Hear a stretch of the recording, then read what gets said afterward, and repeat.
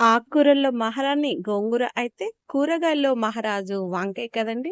మహారాణి అయిన గోంగూరతోటి ఆంధ్ర స్టైల్‌లో మనం ఈరోజు కమ్మనైన రోటి పచ్చడిని చేసుకుందాం. ఆకుకూరలంటే ఎవరికిష్టం ఉండదు చెప్పండి? ఆకుకూరలు ఎలా చేసినా సరే చాలా చాలా బావుంటాయి కదండీ!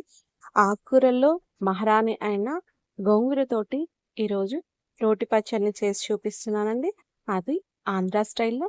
ఆంధ్ర వాళ్ళు చేసుకునే ఈ గోంగూర రోటి పచ్చడి ఎంతో ఈజీగా చేసుకోవచ్చు.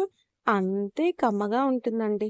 పుల్ల పుల్లగా, అలాగే కారం కారంగా వేడి వేడి అన్నంలో కొంచెం నెయ్యి వేసేసి ఈ ఆంధ్ర స్టైల్ గోంగూర పచ్చడిని తినటం స్టార్ట్ చేశామంటే ఇంక ఆపరు. ఆ స్టైల్‌లో గోంగూర పచ్చడి ఎలా చేసుకోవాలో ఇప్పుడు చూసేద్దాం. ఈ గోంగూర పచ్చడికి ఇలా కాడలు ఎర్రగా ఉన్న గోంగూరను తీసుకోవాలి. ఇలా ఎర్రగా ఉన్న కాడలతోటి ఉన్న గోంగూర అయితే పుల్లగా ఉంటుందండి. ఈ పచ్చడికి ఇలా పుల్లగా ఉన్న గోంగూర ఆకుని తీసుకుంటే చాలా బావుంటుంది. నేను ఒక పెద్ద కట్టను తీసేసుకొని, ఆకుల వరకే కోసుకొని, ఇలా నీళ్ళల్లో కడుక్కుంటున్నానండి. తర్వాత మనము స్టవ్ ఆన్ చేసేసుకొని, కడాయి పెట్టేసుకొని, 1 టేబుల్ స్పూన్ ఆయిల్ వేసుకున్నాను. ఆయిల్ వేడెక్కాక ఒక 2 టేబుల్ స్పూన్ ధనియాలు వేసుకుంటున్నానండి. అలాగే ధనియాలతో పాటు చిటికెడు అంటే ఒక 8-10 వరకు మెంతులు తీసుకుంటున్నాను. ఎక్కువ వేసుకోవద్దండి. చేదొచ్చేస్తుంది పచ్చడి. వీటిని వేయించుకున్నాక ఒక పెద్ద ఉల్లిపాయను ఇలా మీడియం సైజ్ ముక్కలుగా కోసుకొని, ఈ ఫ్రైయింగ్ పాన్‌లో వేసేసి ఆనియన్‌ని కాస్త ట్రాన్స్‌పరెంట్‌గా అయ్యేంత వరకు వేయించుకోవాలండి. ఇవి వేగిపోయాక మన కారానికి తగ్గట్టు పచ్చిమిరపకాయలు తీసుకోవాలి. గోంగూర పుల్లగా ఉంటుంది కదండీ! కాస్త కారం ఎక్కువే పడుతుంది.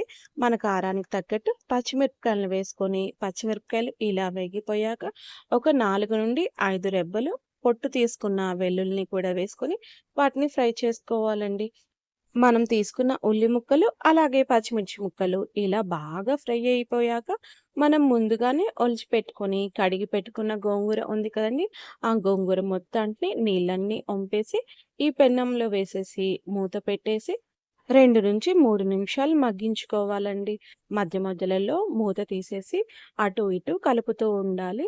అప్పుడే మనకి కూర అనేది ఈక్వల్‌గా మగ్గిపోతుందండి. ఇలా అంతా కలిపేసుకున్నాక మూత పెట్టేస్తున్నాను. మరొక 2-3 నిమిషాల వరకు మగ్గించుకున్నాక, చివర్లో ఒక 3-4 రెబ్బల చింతపండు వేసుకోవాలండి. ఎక్కువ వేసుకోవద్దు. మనకు ఆల్రెడీ మనము ఎర్ర కాడలతో ఉన్న గోంగూరనే తీసుకున్నాం కదా! కానీ చివరగా కంపల్సరీ చింతపండు వేసుకుంటేనే చాలా బావుంటుందండి పచ్చడనేది. ఇలా బాగా దగ్గర పట్టించాక ఆ కూరని చల్లారపెట్టేసుకోవాలి. ఇది చల్లారాక మిక్సీ పట్టుకోవాలి. మిక్సీ పట్టేటప్పుడు అయితే నేను 2 టేబుల్ స్పూన్ పల్లీలను తీసుకొని పెన్నంలో వేసేసి దోరగా ఫ్రై చేసుకొని చల్లారనిచ్చానండి. చల్లారించిన పల్లీలని మిక్సీ జార్‌లో వేసేసి తగినంత ఉప్పు వేసేసి ఫస్ట్ దీన్ని బరకగా మిక్సీ పట్టేసుకున్నాను. ఈ పల్లీల పొడిలో మనం ముందుగా వేయించుకున్న గోంగూర మిశ్రమం ఉంది కదండీ! ఆ గోంగూర మిశ్రమం అంతటిని మిక్సీ జార్‌లోకి వేసేసుకొని, చివరగా 1 టేబుల్ స్పూన్ జీలకర్రను తీసుకొని మిక్సీ జార్‌లో వేసేసి గ్రైండ్ చేస్తున్నానండి. నాకైతే రోల్ అవైలబుల్‌లో లేదు. మీకు కనుక రోల్ అవైలబుల్ ఉంటే ఈ ప్రాసెస్ అంతా రోట్లో చేయండి. చాలా చాలా బావుంటుందండి. మనం రోట్లో వేసుకుంటే ఎలా రుబ్బుకుంటామో అదే విధంగా దీన్ని మిక్సీ పట్టేసుకున్నాను. ఇప్పుడు పోపు పెట్టుకుందామండి. గోంగూర పచ్చడికి ఈ పోపు నుంచే ఇంకా ఎక్స్‌ట్రా ఫ్లేవర్ వచ్చేస్తుందండి.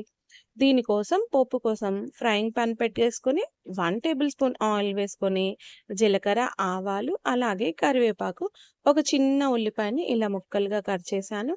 ఇందులోనే మస్ట్ అండ్ షుడ్‌గా 1 టేబుల్ స్పూన్ ఇంగువ వేసుకోవాలండి. ఇంగువ పోపు నుంచే మనకి గోంగూర పచ్చడనేది చాలా చాలా టేస్టీ వచ్చేస్తుంది. ఈ ఉల్లిపాయలు దోరగా ఫ్రై అయ్యేంత వరకు మనం ఫ్రై చేసుకోవాలి. ఆ లోపల ఇక్కడ నేను పచ్చడిని సర్వింగ్ బౌల్‌లోకి తీసేసుకున్నానండి. ఈ సర్వింగ్ బౌల్‌లోకి ఇలా వేయించుకున్న ఉల్లి ముక్కలు, పోపు ఉంది కదా! ఆ పోపునంతటిని వేసేసి, ఈ పోపు ఈ పచ్చడిలో కలిసిపోయేలాగా కలిపేసుకుంటే, ఆంధ్ర స్టైల్‌లో కారకారంగా, పుల్ల పుల్లగా గోంగూర పచ్చడి రెడీ అండి. చివరగా వేసే ఈ పోపు నుంచి పచ్చడి టేస్ట్ అనేది ఇంకా 100 రెట్లు పెరిగిపోతుందండి. ఈ పచ్చడిని నేను వేడి వేడి అన్నంలో కాస్త నెయ్యి వేసుకొని తినటం స్టార్ట్ చేశాను. మాటల్లోనే మొత్తం ఖాళీ చేసేసానండి. మీకు చెప్తూ రెసిపీని. చాలా కమ్మగా ఉంటుందండి. ఈ గోంగూరతోటి ఈ రోటి పచ్చడి ఆంధ్ర స్టైల్‌లో. ఒక్కసారి మీరు కూడా ఈ స్టైల్‌లో గోంగూర పచ్చడిని టేస్ట్ చేసేసి మీకెలా అనిపిచ్చిందో మీ వాల్యుబుల్ ఫీడ్‌బ్యాక్‌ని నాతో షేర్ చేయండి. వీడియో నచ్చితే లైక్ చేయండి, షేర్ చేయండి. అలాగే 1 హైప్ ఇవ్వండి.